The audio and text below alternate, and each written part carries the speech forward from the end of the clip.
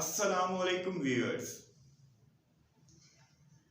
Today my topic is DNA repair mechanism.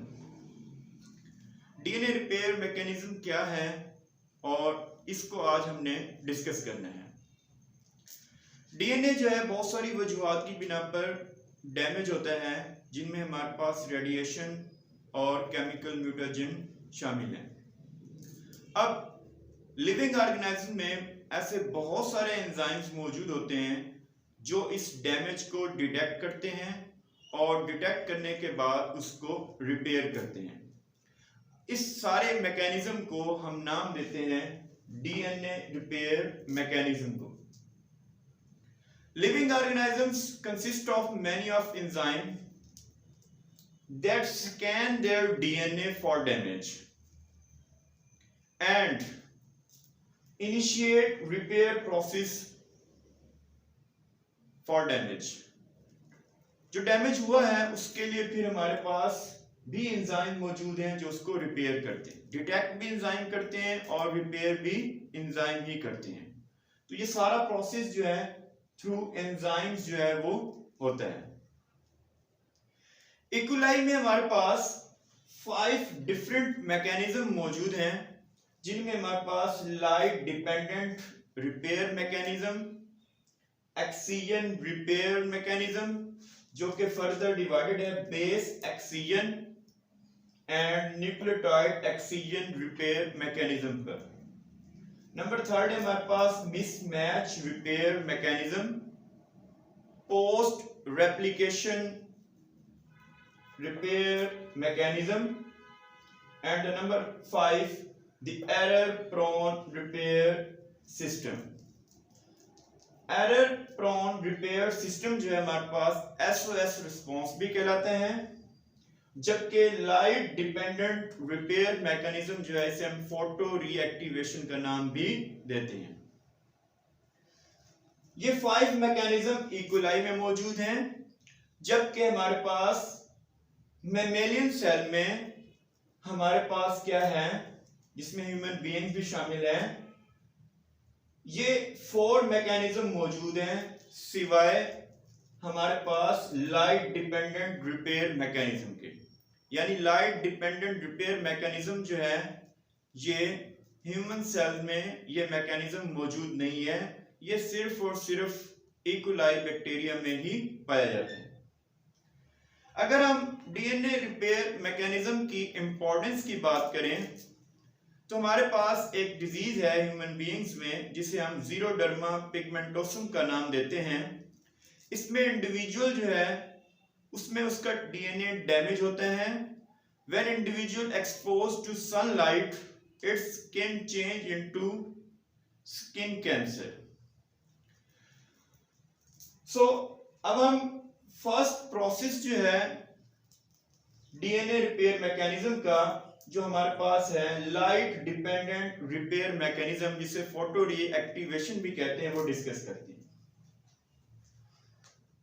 अब photo reactivation जो mechanism है उसमें हमारे पास देखें तो हमारे पास क्या है कि ये हमारे पास नॉर्मल डीएनए है जो कि 2 स्ट्रैंड्स पर मुश्तमिल है। अब अल्ट्रावायलेट रेडिएशन से यहां पर हमारे पास थायमीन डाइमर जो है वो बना, जिसके नतीजे में क्या हुआ, ये डीएनए डैमेज हो गया। अब हमें इसे रिपेयर करना है। जब ये हमारे पास थायमीन डाइमर बनता है ड्यू टू रेडिएशंस, तो हमारे पास एक एंजाइम होता है जिसको हम नाम देते हैं फोटोलाइएज एंजाइम, डीएनए फोटोलाइएज एंजाइम। इस डीएनए फोटोलाइएज का काम जो है हमारे पास क्या होता है कि इस जो हमारे पास थायमीन डाइमर बना था उसको डिटेक्ट करना, रिकॉग्नाइज करना और उसके साथ बाइंड हो जाना है। ये प्रोसेस जो है डार्क में वकूअ पजीर होता है और एक्टिवेशन जो है वो हमारे पास उसके लिए लाइट का होना जरूरी है। तो नेक्स्ट स्टेप में हमारे पास क्या होता है, एक्टिवेशन विद ब्लू लाइट, ये एंजाइम एक्टिवेट होता है और यहां पर जो क्रॉस लिंक हुआ था दो थायमीन के दरमियान उसको क्लीव कर देता है, यानी क्लीवेज का अमल होता है। और जैसे ये क्लीवेज हो जाती है, डीएनए रिपेयर हो जाता है, तो देन ये हमारे पास फोटोलाइगेज एंजाइम जो है ये रिलीज हो जाता है और हमारे पास डीएनए जो है वो रिपेयर हो जाता है। ये सारा प्रोसेस जो है हमारे पास लाइट डिपेंडेंट रिपेयर मैकेनिज्म कहलाता है। ये सिर्फ और सिर्फ इकोलाई बैक्टीरिया में मौजूद है। नेक्स्ट है हमारे पास एक्सीजन रिपेयर मैकेनिज्म, जिसमें हमारे पास बेस एक्सीजन है और न्यूक्लियोटाइड एक्सीजन है। ये सारा प्रोसेस जो है हमारे पास बेस एक्सीजन रिपेयर मैकेनिज्म है और ये हमारे पास है न्यूक्लियोटाइड एक्सीजन रिपेयर मैकेनिज्म। सबसे पहले हम देखते हैं कि बेस एक्सीजन रिपेयर मैकेनिज्म क्या है। इसमें हमारे पास डीएनए जो है उसका जो डैमेज है वो बेस पर होता है, न्यूक्लियोटाइड बेस पर। अब हमारे पास ये नाइट्रोजनस बेस थी साइटोसिन, ये नॉर्मल हमारे पास डीएनए मौजूद था, लेकिन इस साइटोसिन में डीएमिनेशन की बुनियाद पर हमारे पास ये साइटोसिन कन्वर्ट हुई यूरासिल में और इस डीएमिनेशन के नतीजे में डीएनए जो है वो डैमेज हो गया। अब हमने इसको रिपेयर करना है। रिपेयर करने के लिए नेक्स्ट स्टेप में क्या है, हमारे पास एक एंजाइम है जिसे हम कहते हैं डीएनए ग्लाइकोसाइलेज एंजाइम।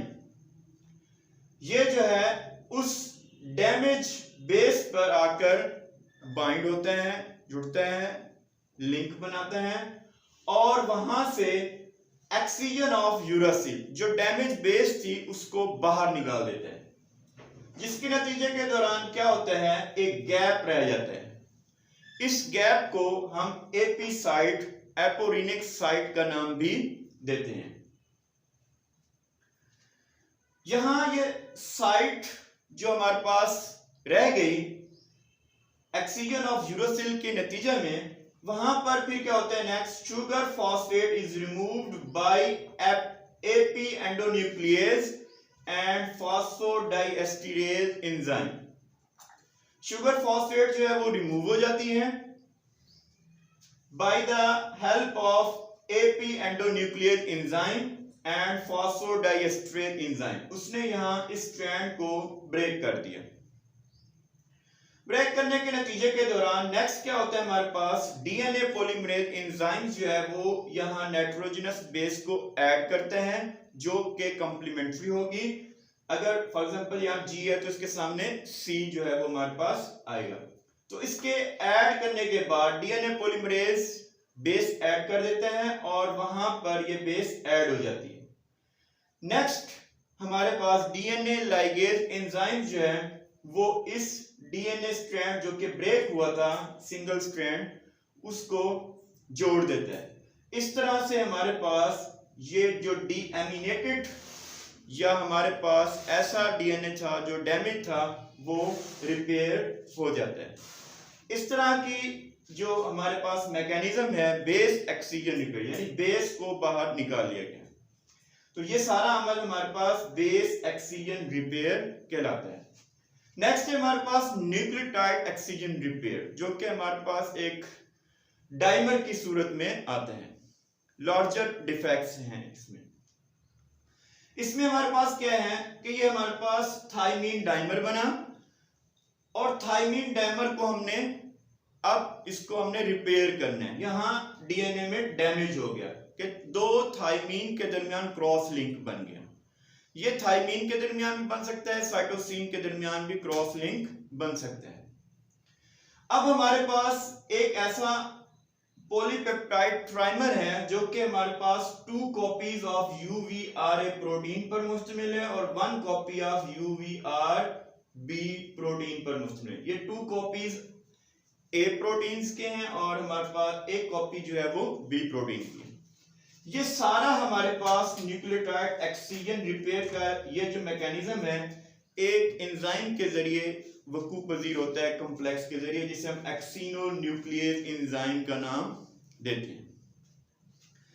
ये एक्सिनोन्यूक्लियस एंजाइम जो है ये 3 जीन्स पर मुश्तमिल है, जिसमें हमारे पास एक है UVRA ultraviolet repair gene A, UVRB ultraviolet repair gene B and UVRC ultraviolet repair gene C। अब इनके हमारे पास जो प्रोडक्ट जो पॉलीपेप्टाइड्स बनते हैं उसके नतीजे में हमारे पास ट्राइमर जो है ये बना।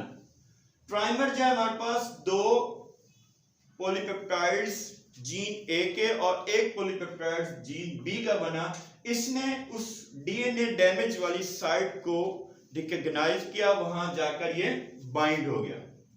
बाइंड होने के बाद हमारे पास क्या हुआ कि ATP जो है वो यूज हुई और वो ADP में कन्वर्ट हुई, और जो हमारे पास 2 कॉपीज थे UVRA प्रोटीन के वो रिमूव हो गए और हमारे पास UVRB प्रोटीन जो है वो जुड़ी रही। लेकिन ATP के यूज होने से ये DNA स्ट्रैंड जो था बेंड हो गया।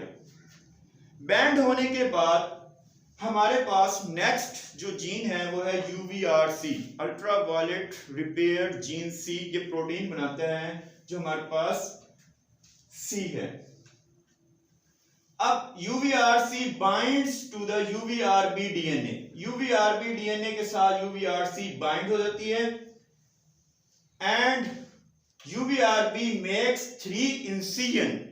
ये जो है हमारे पास UVRB ये 3 इंसिजन बनाती है जो कि 5 फास्फोडाइएस्टर बॉन्ड पर जाकर बनाती है, जबकि हमारे पास जो UVRC प्रोटीन है वो 5 इंसिजन करती है, 5 स्ट्रैंड पर इंसिजन करती है और 5 की बजाय 8th फास्फोडाइएस्टर बॉन्ड पर, जहां से डिफेक्टिव हमारे पास या डैमेज बेस होगी, जहां पर ये डैमेज हमारे पास डायमर था उससे 8th फास्फोडाइएस्टर बॉन्ड पर, जबकि ये जो UVRB थी ये 5 फास्फोडाइएस्टर बॉन्ड पर जाकर इंसिजन करती है। ये 3 एंड पर, B जो है 3 एंड पर और 5 जो है हमारे पास C जो है पॉलीपेप्टाइड C जो है ये 5 एंड पर जाकर इंसिजन करती है। इंसिजन करने के दौरान हमारे पास क्या होते हैं, UVRD helicase releases excise oligomers. यहां से ये ओलिगोमर्स रिमूव हो जाता है, जिसमें हमारे पास क्या था, थायमीन डाइमर भी मौजूद था, यानी हमारे पास जो डैमेज DNA का पार्ट था वो भी इस न्यूक्लियोटाइड ओलिगो न्यूक्लियोटाइड में शामिल था, और ये सारा प्रोसेस हुआ ATP की हेल्प की वजह से। अब ये UVRB इसके साथ मौजूद रहती है और C जो है वो रिमूव हो जाती है, और रिमूव होने के बाद DNA पॉलीमरेज एंजाइम आता है जो कि रिप्लेस करता है इस प्रोटीन को, और रिप्लेस करने के बाद जो गैप रह गया था 12 न्यूक्लियोटाइड बेसिस का, 12 मर का, जो कि डैमेज पार्ट्स रिमूव हुआ था, उसमें वो नॉर्मल बेसिस जो है वो ऐड कर देता है। इस तरह से ऐड करने के बाद हमारे पास DNA पॉलीमरेज एंजाइम ऐड करने के बाद फिर DNA लाइगेज एंजाइम जो है वो उसमें स्ट्रैंड को जोड़ देता है। इस तरह से हमारे पास जो हमारे पास DNA डैमेज हुआ था वो यहाँ पर रिपेयर हो जाता है।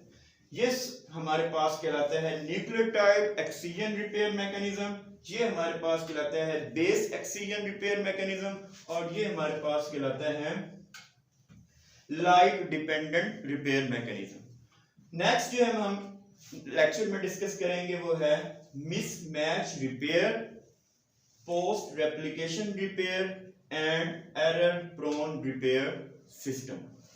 तो ये था मेरा आज का lecture. Thank you very much. Thanks.